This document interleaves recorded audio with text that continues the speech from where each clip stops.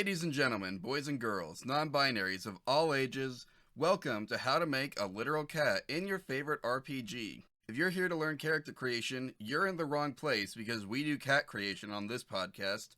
I am one of your hosts, Joel Holland. Unfortunately, there is not a second host this week. However, we do have a consolation prize. By that, I mean a guest. Yeah, everybody, hey. I'm coming out to like booze and stuff. Now, this is our special guest, Greg. You're gonna love him. Hello, I hope so. I love your show, and I'm sad that Austin couldn't be here. But don't worry, everybody, I didn't kill and replace him. Nope. I promise Austin will be back eventually. Probably next episode. We'll see. I hope it's next episode because I did do that joke about how I didn't kill and replace Austin. Yeah. So if Greg is still here next episode, then you can be suspicious. So anyway, Greg, you want to tell us a little bit about your RPG experience or whatever? Yeah. So I've been playing RPGs since I was 9 years old because I got nerd parents. And currently I run Ghosts on a Train. It's a podcast where we play Ghost Lines, an RPG by John Harper, which has previously been featured on this show. And yeah, I mean, I play a whole bunch of games, and the game that I'm here as a guest on is very special and near and dear to my heart. What game is that? Dogs in the Vineyard.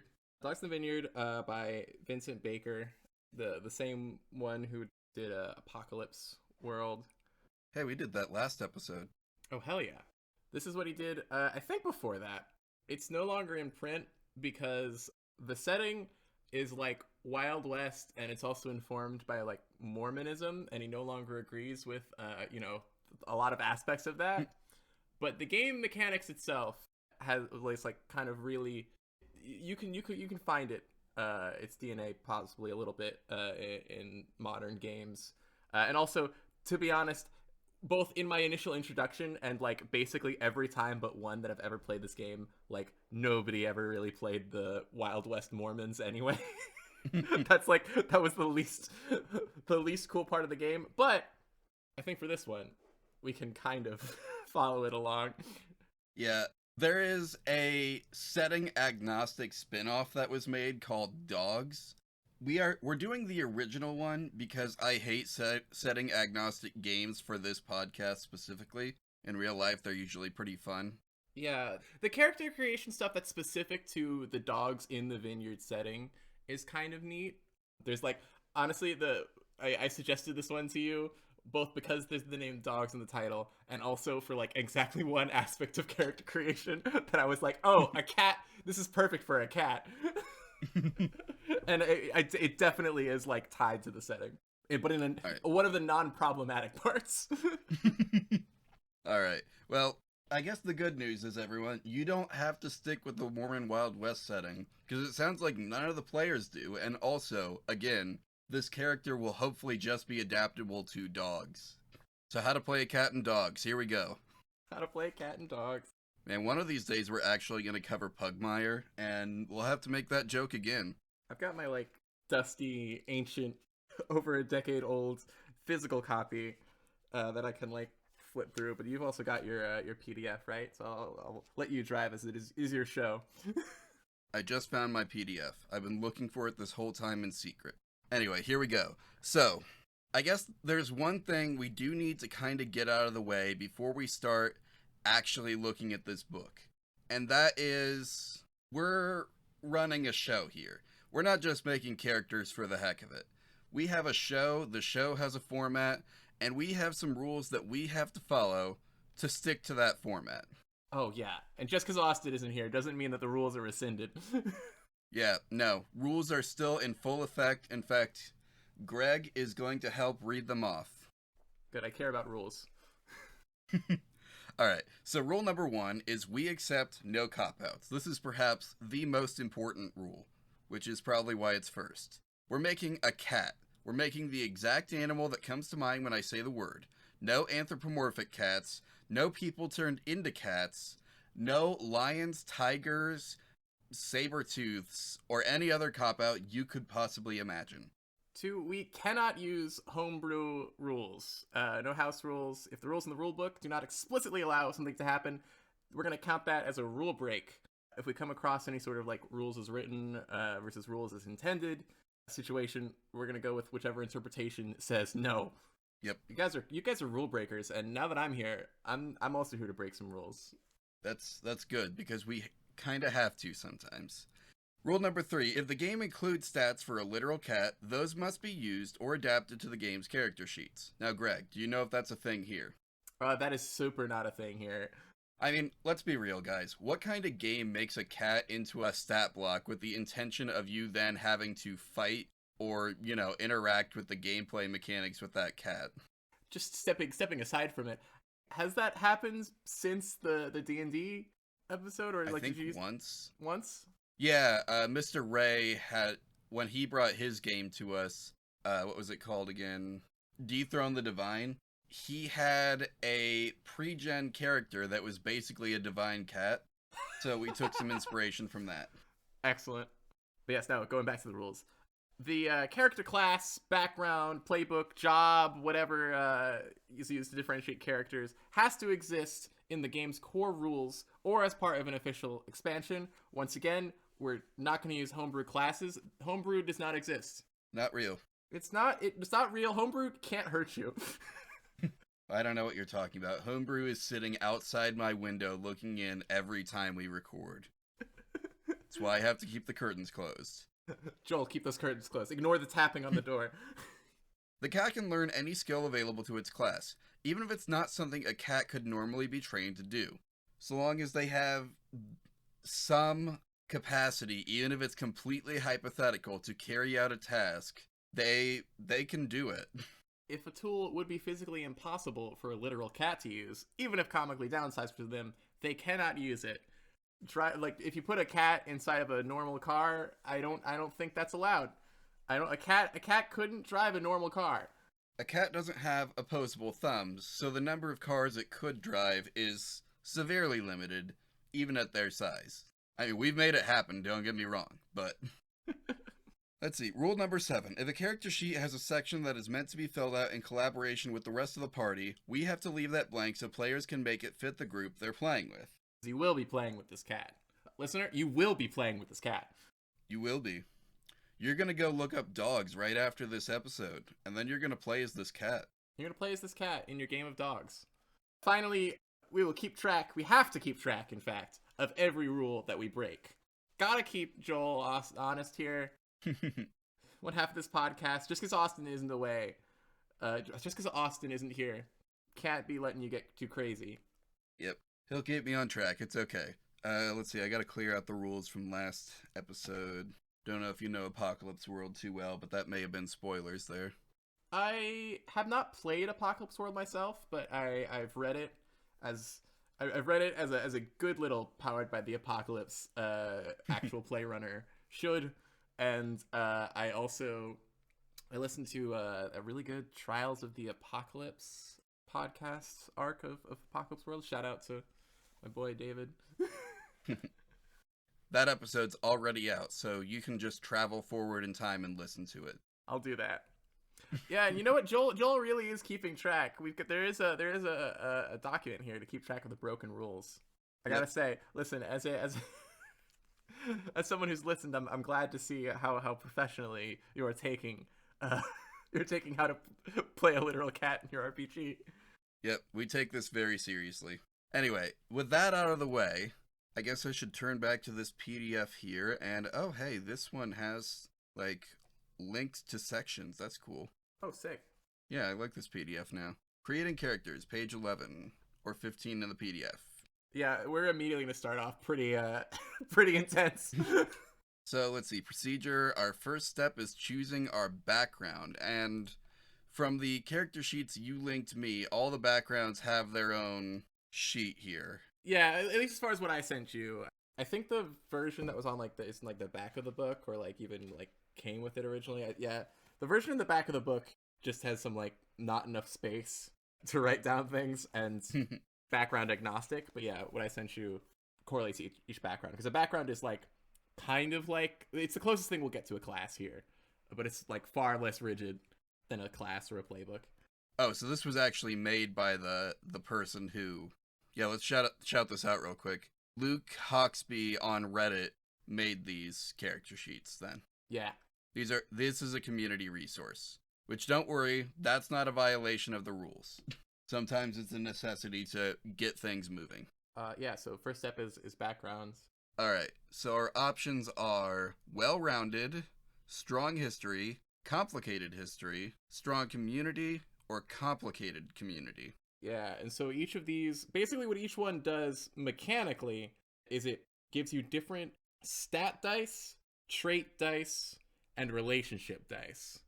With kind of, so basically like strong history or strong community will give you like bigger dice, and then complicated will give you more dice. This is like one of those dice pool games, so that's where it comes in, like how you want it. Well-rounded, do you want your character straightforward, balanced, and effective? Strong history implies like good education, lots of experience, or specialized training, which would immediately say something about a cat, right? Yeah. Yeah, complicated history is like kind of exactly what it sounds like. Have you overcome something dangerous or challenging upbringing? Strong community. Are you from a strong, caring family? And then complicated community. Are you not from that? All right, so I kind of think strong community might be a good starting point for a cat if we, like, if this cat's just from this town and part of it, or whatever the setting is going to end up being, then strong community kind of seems like a good starting point, because that means that this cat was, like, someone's house pet, probably. Yeah. I think that makes a lot of sense. It's not necessarily like a street cat or something. This is a cat that like has been loved and knows love, and Yeah, so we can start from there. I need to find the strong community. That is page 4 on this. cat comes from a strong community. That means we've got 13 D6 stat dice, which is our next step. So, just looking at the character sheet here, distribute 13d6 between your stats, at least 2 dice in each. Assign all of these dice now. Yeah. So this isn't a game where this isn't a game where you roll dice to like get a number for your character. This is like the pool that you'll have access to when you do things. There's 4 stats. Got acuity, which is being like perceptive, alert, educated, clever, savvy, or well-read, which is broad enough that like a cat could be that. Some of those things. Could be. Body is, I mean, it's kind of exactly what it sounds like. Somebody with a lot of dice and body could be big, healthy, strong, wiry, muscular, tall, graceful, quick, or steady. Cat for sure. And then heart, that's a character who's compassionate, attractive, charming, gentle, courageous, enduring, faithful, or likable. And then the last one's will, which is somebody who's tenacious, aggressive, confident, unflinching, strong-willed, or unshakable. So, we could argue that this cat is like very likable, very clever, and very nimble, and that would give us like good stats in heart, acuity, and body.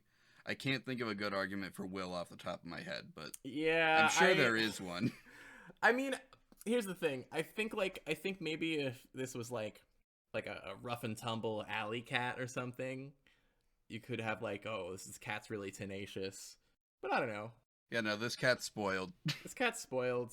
Sometimes cats will change their mind, or cats will just like give up on doing things that are easy. Yeah, I don't know. Do you want to just like off the bat say 2 in will? 2 in will. Dump stat. Which means we got 11 to play with for the other 3. Yeah. So Joel, you've got the character sheet open. You seeing all those? Do you seeing the activities that correspond to each combination of stat? Yeah, you've got talking, fighting, physical, and shooting. Wait, are we gonna have to give the cat gun? So you don't have to give the cat gun. So what Dogs in the Vineyard does, and Dogs probably has something similar. The thing with Dogs in the Vineyard is every conflict, there's different scales of conflict, basically. The lowest being talking, which can escalate to something physical. And physical is explicitly not fighting. Physical is like, but it is a physical action. And then fighting is any sort of anything from like physical fighting to even fighting with a knife counts as fighting. And the fourth and final escalation is shooting with guns. It's a sort of like the dangers of each. So like I ran this as like a JoJo's Bizarre Adventure game once, and like stand combat was counted as shooting. So it's like, yeah, and even in the base game, a character does not need to have a gun. But once somebody pulls a gun out, or otherwise, I'm sure in dogs, or otherwise like escalates to the highest level of conflict, you need to roll acuity plus will. All right. I think that makes sense. So depending on what we want this cat to be good at, that can also that'll also inform like what stats you want. Like if we want this cat to be, I mean, obviously a cat cannot talk, but well, they can if they need to for the situation. But if they don't need to, then yeah, we'll say they can't. Yeah, I mean, I talking's like any sort of social conflicts, which a cat can kind of participate in. So if you want it good at that, we could get a lot of heart and acuity. I think heart in general probably is making a lot of sense to me, because that's both like talking social stuff and then also physical actions. And you know, cats on a cat scale are much more graceful than humans. Yeah. They're not like strong or anything, but well, proportionate to their size, they're pretty strong, but they're very small. They are very small. So I think this thing probably has a lot of heart, more heart than it has body. I think. Yeah, that would make sense. So we've got 11 to play with. What are you thinking? Like 4 heart, maybe? Yeah, let's go with 4 heart. Okay, and then so that's 6. 7 more. So okay, I think that gives us enough so that we can either have 5 in one stat, 4 in 3. Do you want to have a cat of extremes? Don't have a powerful 5? Maybe. So you were talking earlier like maybe a cat wouldn't be as good in body as they are in heart potentially. Yeah. I think maybe then that could be 3, and then I think another 4 in acuity makes sense if we're gonna argue cleverness and senses as the reasoning. Yeah. I think acuity definitely up there. All right, so we got 46 heart, 46 acuity, 3d6 body, and 2d6 will. Check my math. 4, 8, 10, 13. We're good. Good. Step 2 is traits or stats. We just did that. Step 3, here we go. Create some traits to your character and divvy your character's trait dice between them. So you can create your character's traits as tidbits of history. I used to break horses with my dad, etc. You can phrase them as simple facts about your character. I worked with horses and I know how they think. Or you can phrase them as skills, horsemanship. You can also phrase them as attitudes. I'm very comfortable working with horses. I don't know how comfortable our cat would be with horses. Yeah, perhaps not very comfortable with horses. Yeah, I don't think we're going to have another cucumber pip situation so soon.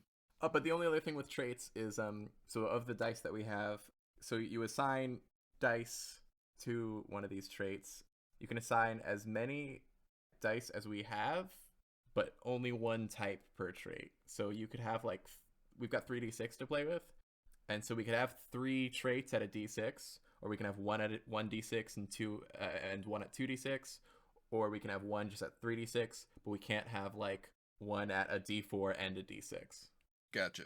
Let's see. We've got a single d4 to play with, 3d6 like you just said, and then 2d8.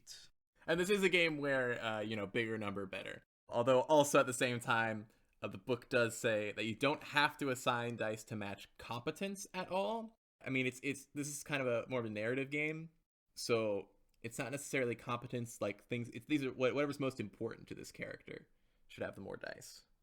Like it sounds like another game where like the dice give it more narrative power than anything, so you could be really bad at something but argue that you're really lucky at it potentially. Yeah. And I think luck might be a good trait for a cat. What do you think? Yeah, I like it. Is that their bad trait? Is that the single D4? A D4 will kind of screw you over in gameplay.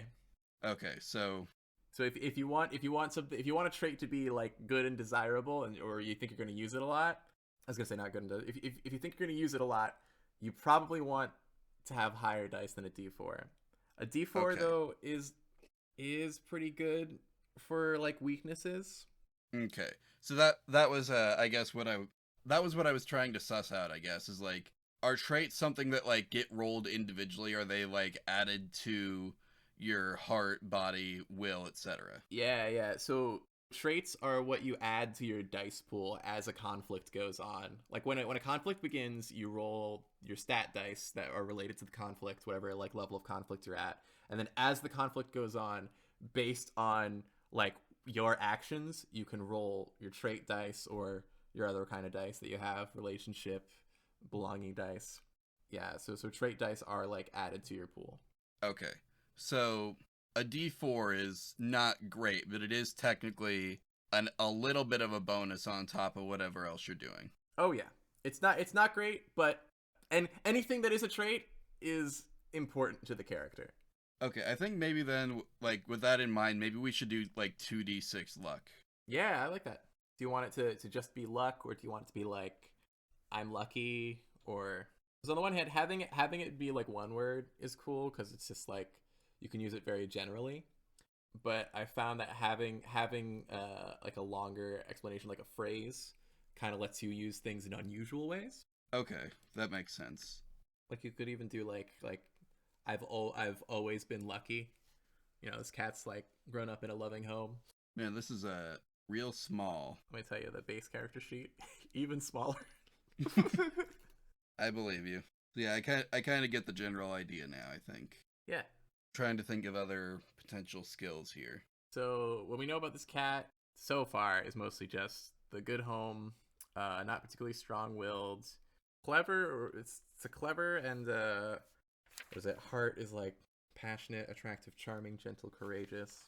So I think we're saying this cat is clever and generally likable. Yeah, yeah. Oh, you know what? Here's a fun trick that's like in the book. Was it? If you can't think of any traits to start with, try this trick. He says like, all right, I'm a good shot. Obviously, that's not what we've written down. But then now ask yourself, where did my character learn to shoot?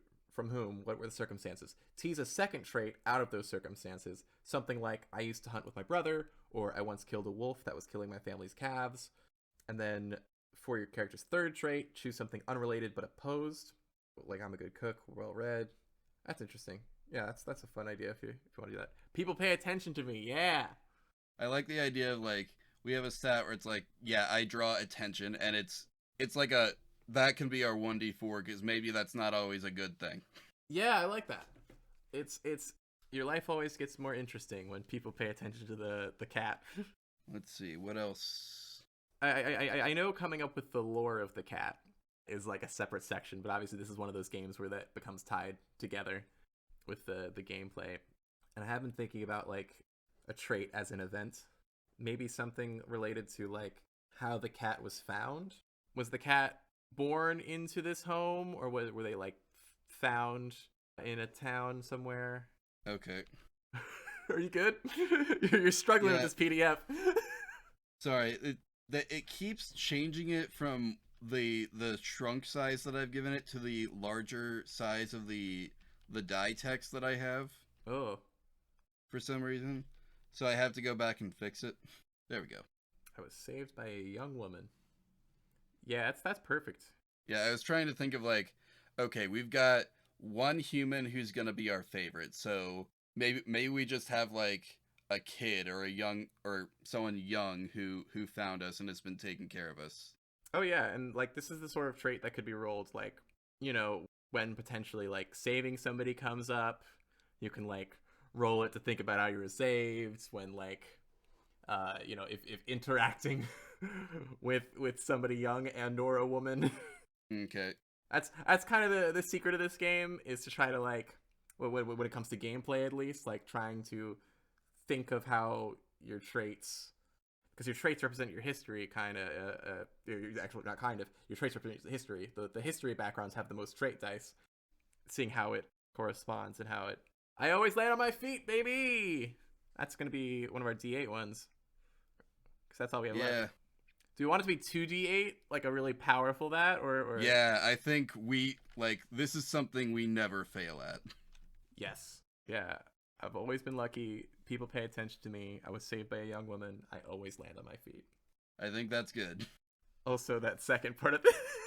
Okay. This is something that I don't know. I don't know if it's in the re-release dogs, but on the character sheet and in character creation, it says you must either take a trait. You must take either a trait like I'm a dog or a relationship with the dogs, which is very funny when you're making a cat. But yeah, I don't know if it's gonna be very relevant for dogs. But in Dogs in the Vineyard, the whole deal is you're kind of part of a group called God's Watchdogs, or the Dogs for short. Yeah, and you travel around like Mormon territory in the Wild West, solving problems and fighting demons. Sometimes the demons, like, it's up to you whether the demons are like actual real demons or just like someone drinking coffee or something. Yeah, it's weird. It's odd. That part is not great. But yeah, the main thing is usually, at least in Dogs in the Vineyard, and when I've played it before, you're all the characters are part of some sort of organization together. In this case, the dogs. So I guess we could reassign one of our dice somewhere. Either one of our D6s or our D8 to create a history with the dogs. I think we got so many relationship dice from this strong community.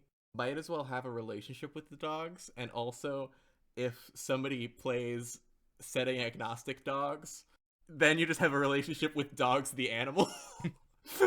Which makes sense for a cat. Yeah. So do we want to take one of our D6 or one of our D8s? Well, no. So you can also, instead of taking a trait, we can take a relationship with the dogs, which is the next section. Oh. Yeah. Okay. We got a whole nother pool of dice, and because we got a strong community, we've got a crap ton of relationship dice. All right.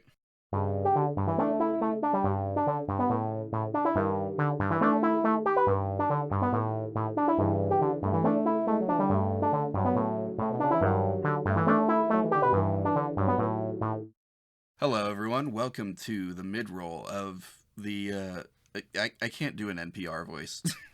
I don't think I can either, but I can do this. Aha! You guys thought you could get rid of me for an episode, huh? You're here? I am here. He's here.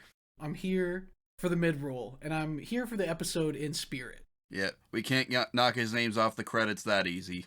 Nope. I'm like that actor that's got like 400 episodes, but I'm only credited in like 399 of them, and you're like, oh, what happened? Oh, he was sick that week. Cool. Yeah. Oh, gotcha. Or like you figure up the math of like, oh, this show has 6 seasons and it's 12 episodes a season, and this character's only in 50 episodes. Wonder what happened there. Good question. And it's like, you get there and it's like, oh yeah, they tried to do the show without the main character for a season. Or you look it up and it's like, this character's only in like 3 episodes. I wonder what 3 episodes are. It's like the continuous 3 episodes and then they just die. Yep. I've spoiled many a show for myself like that, where I'm like, man, I gotta look up these actors. It's like, this guy's in 11 out of the 12 episodes. Weird. Come to find out. Whoops. Yeah. But enough about that. Let's get mid-rolling, dude. We're gonna talk about the start page. Yeah, literalcatpod.start page, which is the thing we have instead of a website. Exactly. Because who needs a website when there's 500 other social media things to push our platform on? I mean, at some point I do want to have a website, but I need to be able to log in and access my stuff for that to happen. Also, we did have a website, but Acast decided they were going to start charging for it, so that's no longer a thing.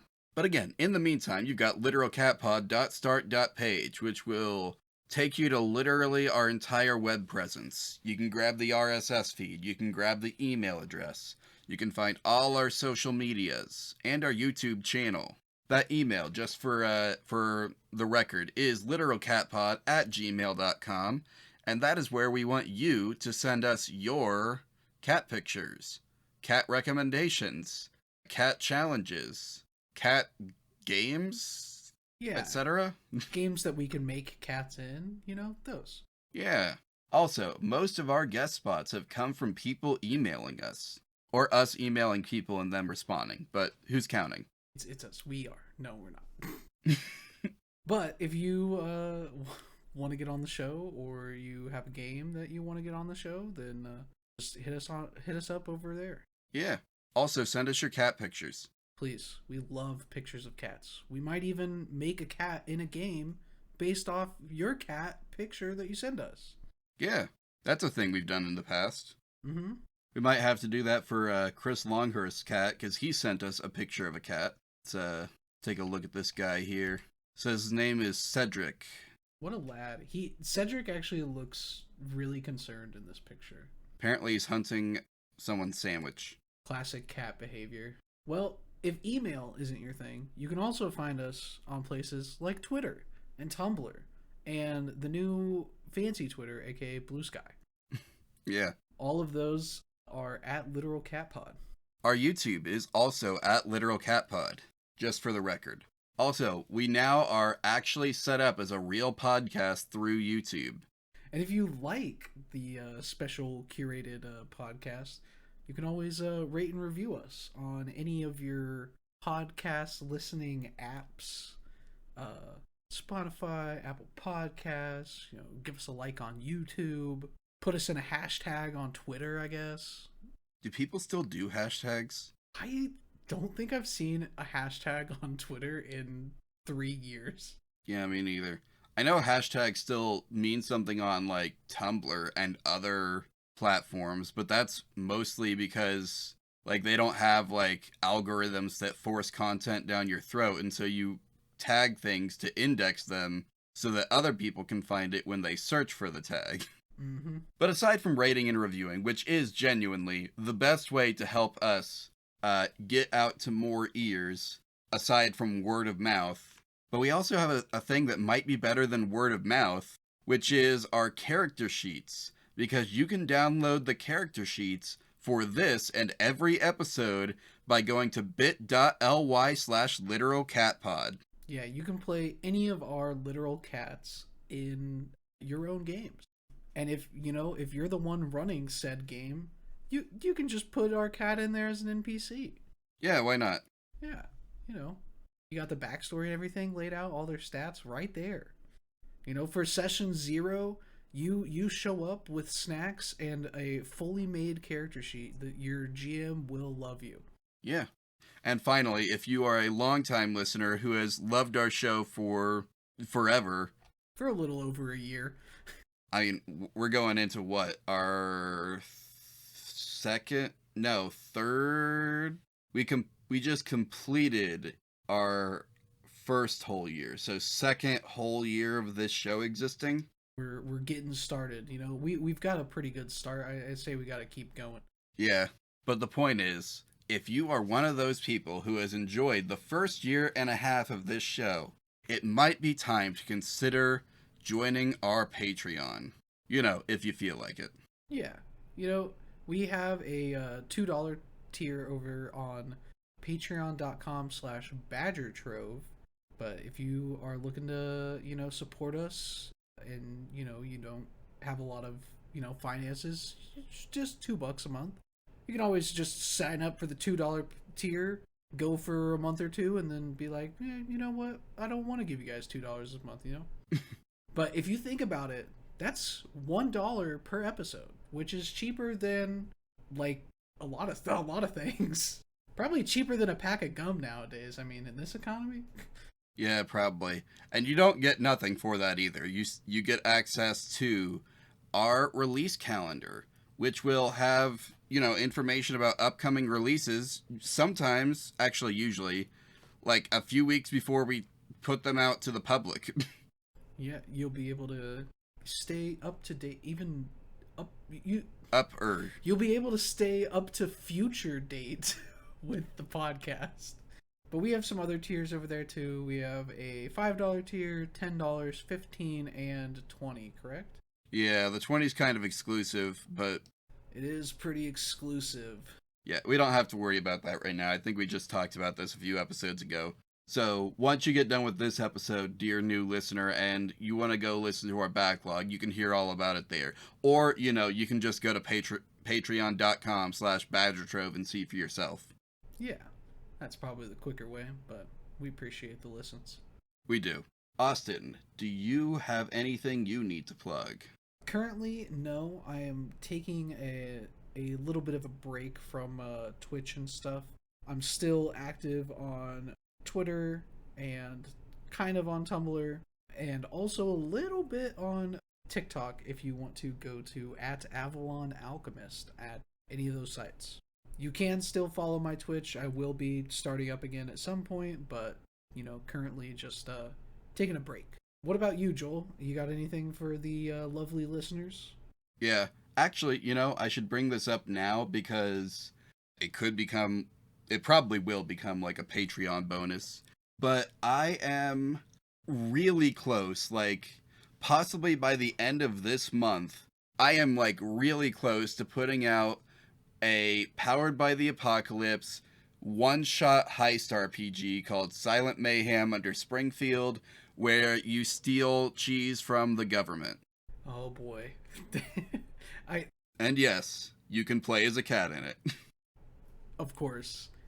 Some of you out there may know about the Springfield cheese incidents, but if you don't, don't do any research before you play the game, because finding out through the game would be honestly hilarious.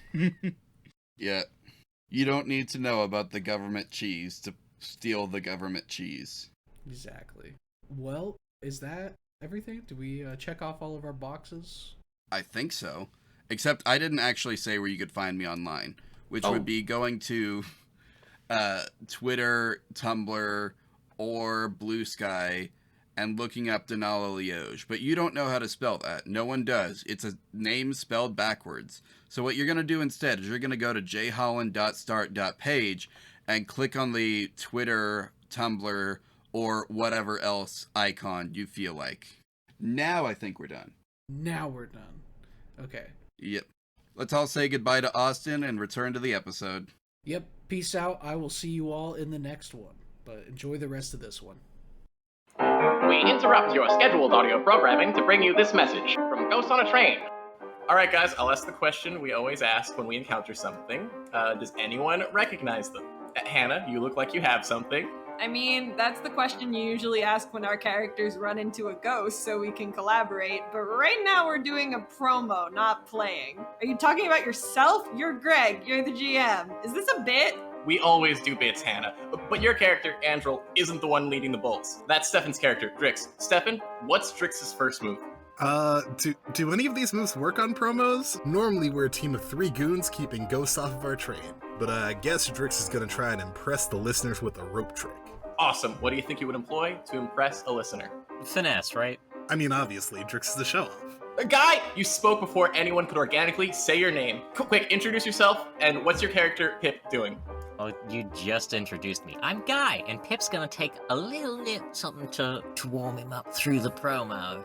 You're taking Greg's weird promo bit in stride. Well, Hannah, that's because I know listeners have already decided to hear our journey to bust the biggest ghost, the Immortal Emperor! You guys don't even know if he's a ghost. Boxcars! I rolled 2 6s. The listeners are gonna check out Ghosts on a Train, where we play Ghost Lines by our man J-Dog, aka John Harper.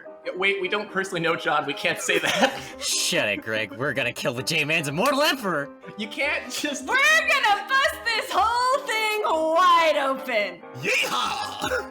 Listen to Ghosts on a Train, a Ghost Lines actual play. Take a trip on the Bride of Duskwall, an electric train protected by these 3, professionals.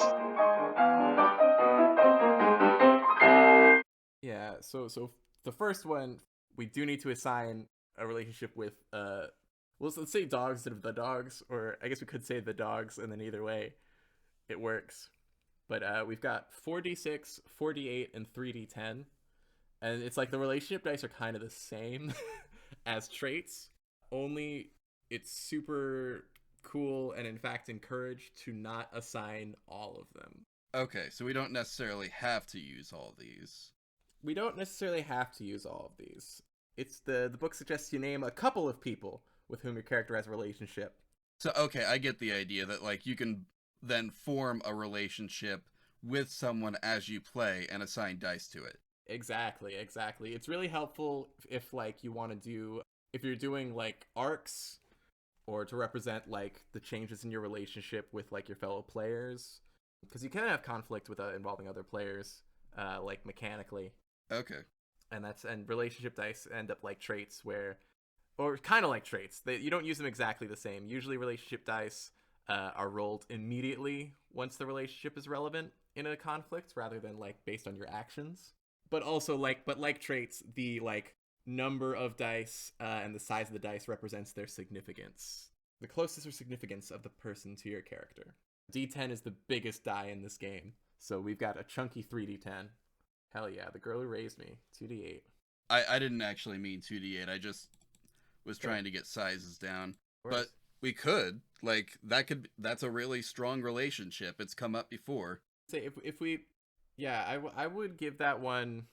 It would depend too if the girl who raised me is also in the game. I guess if we, you know, a good DM would include a backstory character like that or other things, but yeah, we don't need to do it 2d8.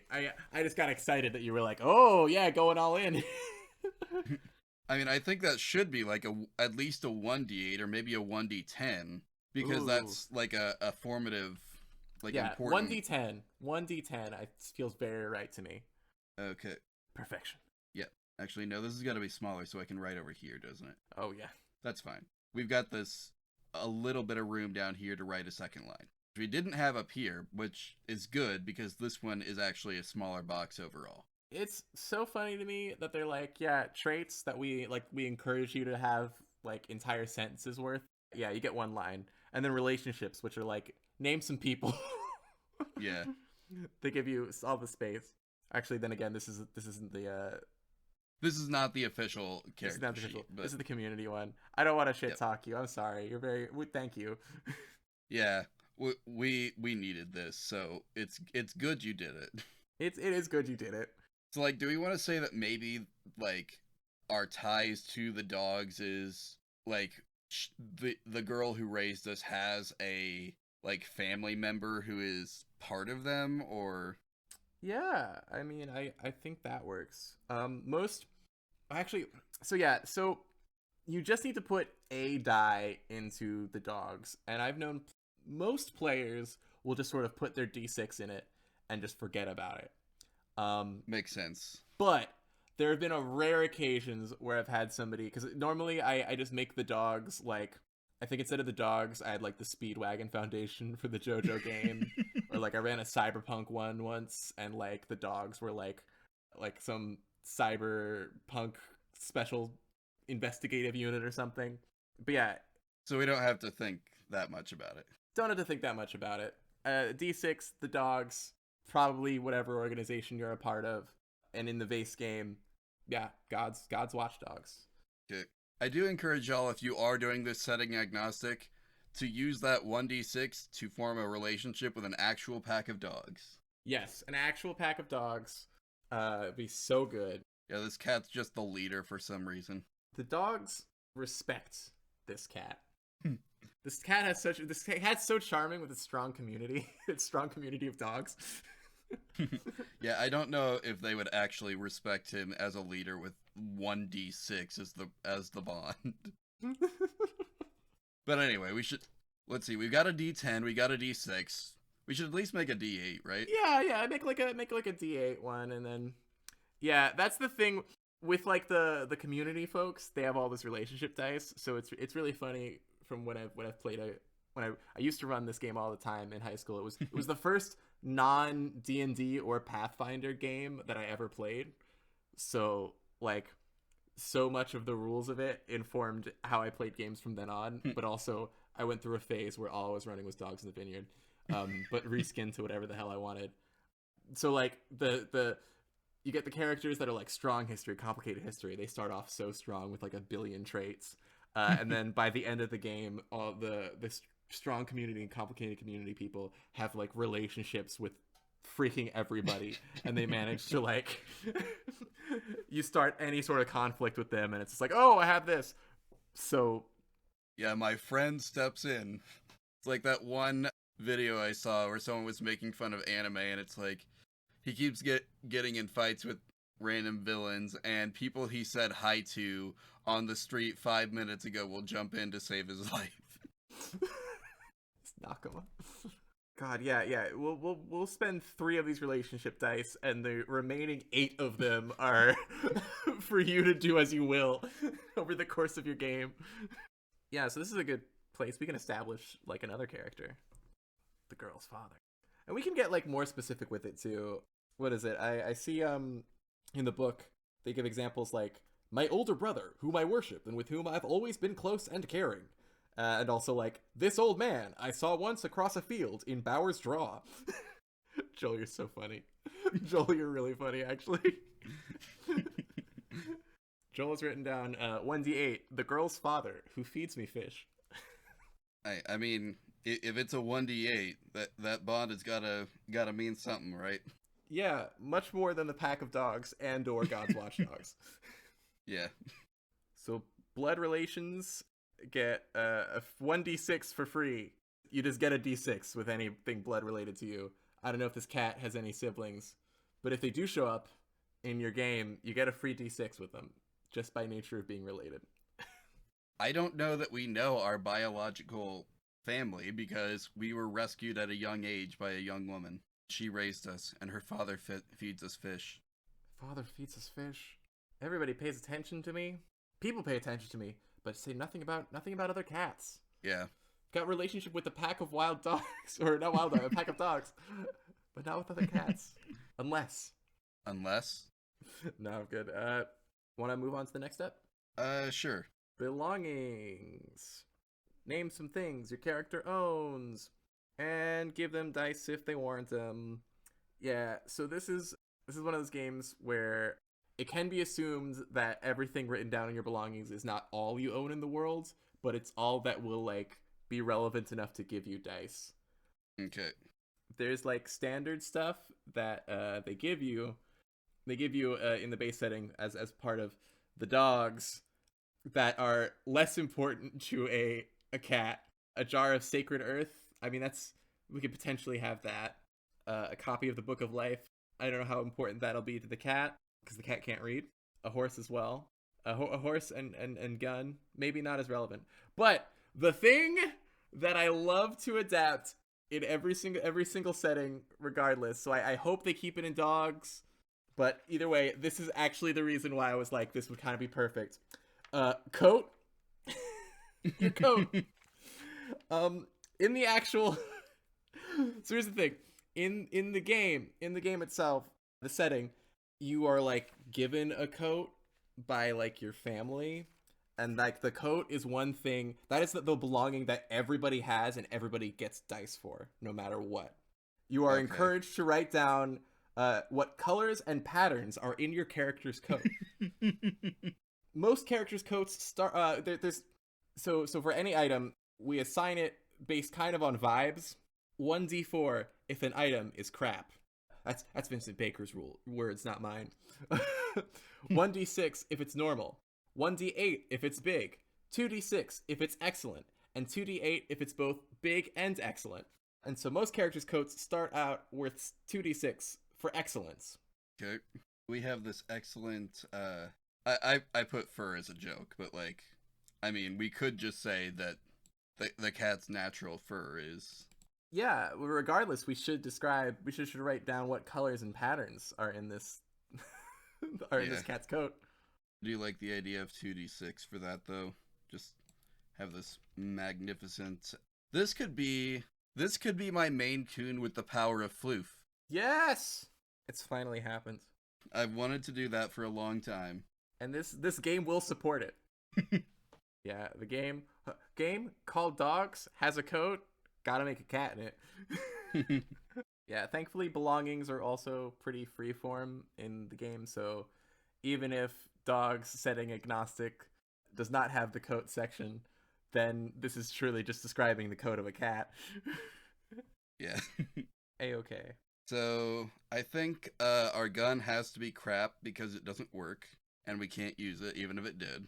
So, if we give it dice, well, like we don't need to keep the gun, but if we do give it dice, which I'm still kind of for, if you're down, it'll just somehow be relevant to our cat's adventure here. I mean, I'm cool with just like crossing it out entirely. Yeah, we don't need that gun. Normally in this game, though, guns have a D4 in addition to whatever other dice they have, just because guns are dangerous. Yep. Would they give us a horse? I don't know if a cat would individually have a horse, actually. Like, again, we can't just make everyone Cucumber Pip. Just gotta draw a line somewhere. Yep. It's weird enough that Cucumber Pip was the horse master, but...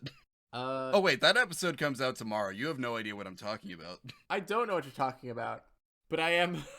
Listen, I... Cucumber Pip, very good name.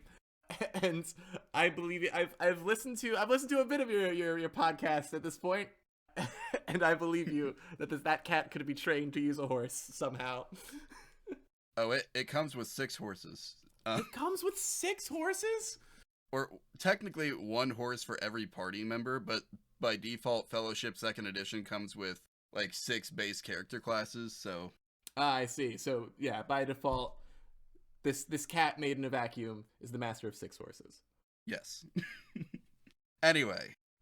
So Book of Life, Sacred Earth. Yeah. This guy could carry around a miniature book. I can't read it, but... Yeah, I'm just imagining, like, a book on a little chain. Yeah, he could have that. Why not? Sacred Earth, is that... Sacred Earth, I mean, it's a jar of consecrated earth. A cat... You know what? Cats, like, bury their poop and stuff. A cat knows how to dig dirt. A cat could use dirt, right? Yeah. I don't know if it could open a jar though. Nah. I mean, someone else could. Sacred Earth, parentheses, litter. We're gonna flavor this so you can use it, people at home. Yeah. There you go. Now, this is literally crap, so it's gonna get a 1d4. That is gonna get a 1d4. The Book of Life, might I pitch to you, potentially a 2d6. Just because it's, which is excellent. It's only excellent if people would notice and comment on it, like, oh, that's a mighty fine horse. I feel like if you saw a cat with a little book, you'd be like, oh, look at that. Yeah, that's cute. You'd be like, that's cute. What's going on over here? I'm cool with that. So 2d6 for our magnificent little book, but not big book, so it can't be It's a 2d8. not big. Can't be a 2d8. Simply couldn't. This is really fun, this part, I think, because normally in the game, it says, like, this could be anything, you can give your character as many belongings as you like, of whatever quality you like. The only limit is that the rest of the group thinks it's reasonable for him or her to be carrying it around on horseback. In this case, instead of, is it reasonable to carry around on horseback, it's, is it reasonable for a cat to have use of this? Yeah. And I think we're there. I think... most of the time, cats don't carry around stuff, so I think we are already at our limit. Got a little book. Got a little litter. Things that someone thought it would be cute if a cat was just carrying. I'm, like, wondering about, like, is there a rule for, like, consumables or something? I'm just wondering about, like fish, right? The girl's father feeds you fish. So you think it might just be carrying around a fish? Or, like a can of sardines or something? Or, like a can, I don't know. Let's see, what does it have here? Everything in the world, horses, dogs, knives. Yeah, a fish. Maybe a fish. It has a fish on it at any given time. I like that you put it 1d8 for big. I mean, have you seen a tuna? 1d8 tuna rations! This is excellent. I mean, the cat's gonna think the portion size is pretty big, probably. Anyway, yeah, I think that's probably all we can do for belongings. Yeah. Oh my god. 6th and final step. Oh, I think, you know what? I led you astray in the beginning where you were like, hey, is there anything else we need for this? Yeah, so this is the sort of game that, like, kind of just... So here's the thing. 6th and final step, accomplishment. This is kind of just like a tutorial. Like, this is like an actual, like, conflict in a game. I don't know if we need to do this, or... No, this sounds like something that would fall into step 7 now that I'm reading it. Yeah, I'm looking here. Say that I'm the GM for your game. I call on each of you, the players, in turn. Yeah, so this is not... We've reached the end of the cat. Yeah. it literally says, while you've hopefully been open to suggestions, nobody else has had any actual say about what goes onto your character sheet. This final step that changes. So this is a group activity. But we still need to name this cat, either brother or sister, whatever. All right. So let's see. How cat owners name their pets? Is there anything? Sorry. I'm so glad to be seeing the reference material that Joel and Austin use when recording this podcast. This is pretty good. This is pretty good, listeners. Yep. So I feel like if you wanted to use the setting of like Wild West, Mormon territory sort of thing, maybe we'd go more like historical or like literature style. I agree. Like a classic literature or history, probably. Probably naming the cat either Joseph or Smith would be frowned upon in the game's like default setting. I don't know. That might be pretty funny. Could name it Joseph. Could name it Joseph. Little Joey. Brother Joey. Brother Joey. Alright, I know I said it as a joke, but I actually do think that works. If I can spell the right word. There we go. So, I think that's actually it then, isn't it? Yeah, that's a dog. You made a dog who's a cat. You made a cat in dogs. We've done it, guys. We got through this one. Did we break any? I mean, is this where you keep track of broken rules? Do we like recount them at the ends? Yeah, I think technically we altered the default inventory. So, like, I feel like that counts. You technically only need to give dice to like something important to you. It assumes that you were given all those things, but you don't necessarily need to give dice to them. Although I guess, you know what? We did change the coat. Actually. We changed the nature of the coat, and again, like, there's things that, like, as written, it assumes every character has, including a horse, and we took that away. That's fair. You know what? We altered the inventory. That's a rule break. I forgot rule number 1, no cop-outs. or I forgot the what is it? Rules as written versus rules as intended. Whichever says no. Yep. So I think, yeah, we altered the inventory and we altered the nature of the coat. So I guess I should specify default inventory because technically, like you said, you can change some things in your inventory. So yeah, I think there's 2 rules, and it's not all that uncommon actually for us to have to break rules surrounding the inventory. Sometimes we just don't give it enough thought to worry about whether or not we've broken a rule there, but yeah, inventory is like a not so small part of this character creation, so yeah, makes sense to count it. And then I think I definitely this game assumes that you'd be playing a human person. Yep. But you guys break that one all the time. Or at least something that can ride a horse. At least something that can ride a horse. So yeah, there we go. I'm so glad you finally got your Maine Coon. Yeah, with the power of floof. No wonder no one can ignore this cat. Yeah, Dogs is a cool game. If Dogs, as my understanding, Dogs just has the same mechanics that Dogs in the Vineyard had. Probably maybe a little streamlined for time.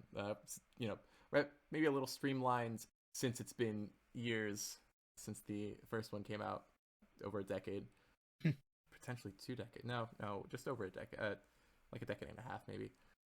Yeah, it's a good game to play, especially if you want to kind of learn how to do, for me at least, learn how to do like narrative role play. Well, when you're used to role play being like the thing you do in between D&D combat encounters, the notion of like a tense argument with somebody has the same mechanics as a shootout in a saloon. Like you're still like putting dice together, and they do this cool thing with like you kind of like you play dice poker essentially. You like raise and call from your dice pool and that sort of thing. That's neat. So I guess, yeah, we're here at the end. Is there anything you would like to plug? Oh, certainly. I run Ghosts on a Train, cool podcast. We play ghost lines. We're on Twitter at ghosts_train and on Blue Sky at ghosts-train because we couldn't do ghosts_train and I do kind of miss it because I've been saying Ghost_Train for a while. I'm also that show's part of the Faustian Nonsense network of podcasts, and I'm in stuff there as kind of a voice actor. Super Suits is the network's big thing, and I'm in a couple episodes of that. And my very, very good friend and player in Ghost on a Train, Hannah, is the lead writer on season 1. So that's really, really big for us. Nice. Yeah, and in fact, with this is probably gonna come out like in a month, right? This is the December 13th episode. I genuinely don't know if your episode of Ghost on a Train is gonna be out until then. But would you be down for me teasing it, me saying it? Oh yeah, I was gonna ask if I was allowed to say it. Oh, for sure. Yeah. Okay, so I don't know if it's gonna be out because of backlog for both, us having a lot recorded, and also my editing flow has been disrupted by life. But Joel came on to Ghost on a Train playing Wonk the cat that Joel and Austin made during their mid-sized lightning rounds. We did an episode with Wonk the cat, and it was a lot of fun. Joel, did you have fun? I had a good time. I thought it was pretty good. Yeah, Joel put his money where his mouth is, said that you can play these cats. Yep. And so if that's not out already, which it probably won't be, look for it in the next month or so. If you enjoy this podcast, then maybe you'll enjoy the episode where Joel where Joel plays one of the cats. Yeah. And that's episode 69, right? It is episode 69, which is so good. It was like, as we were getting ready to record, I was like, oh, hey, Joel, this is episode 69. Nice. What better episode could you possibly hope to guest on? Yeah, you know what? You've got a coveted spot. I mean, you're only in episode 37. I'm going to have to come back in 32 more episodes. Yeah. Better think of another game. Shit! Oh my God. I've never played another game. So, yeah, that's... You, of course, already heard from me back at the mid-roll section. So, really, we don't have anything else to do. I guess I've got to come up with a cat pun for the week, don't I? Oh, good, because I was terrified. I was like, every now and again, over the course of this, I'd remember that you had written down, like, end on a cat pun, and I was like, oh, shit, I hope he doesn't expect me to come up with a cat pun. I can't think of one. My web browser just crashed. Oh, no.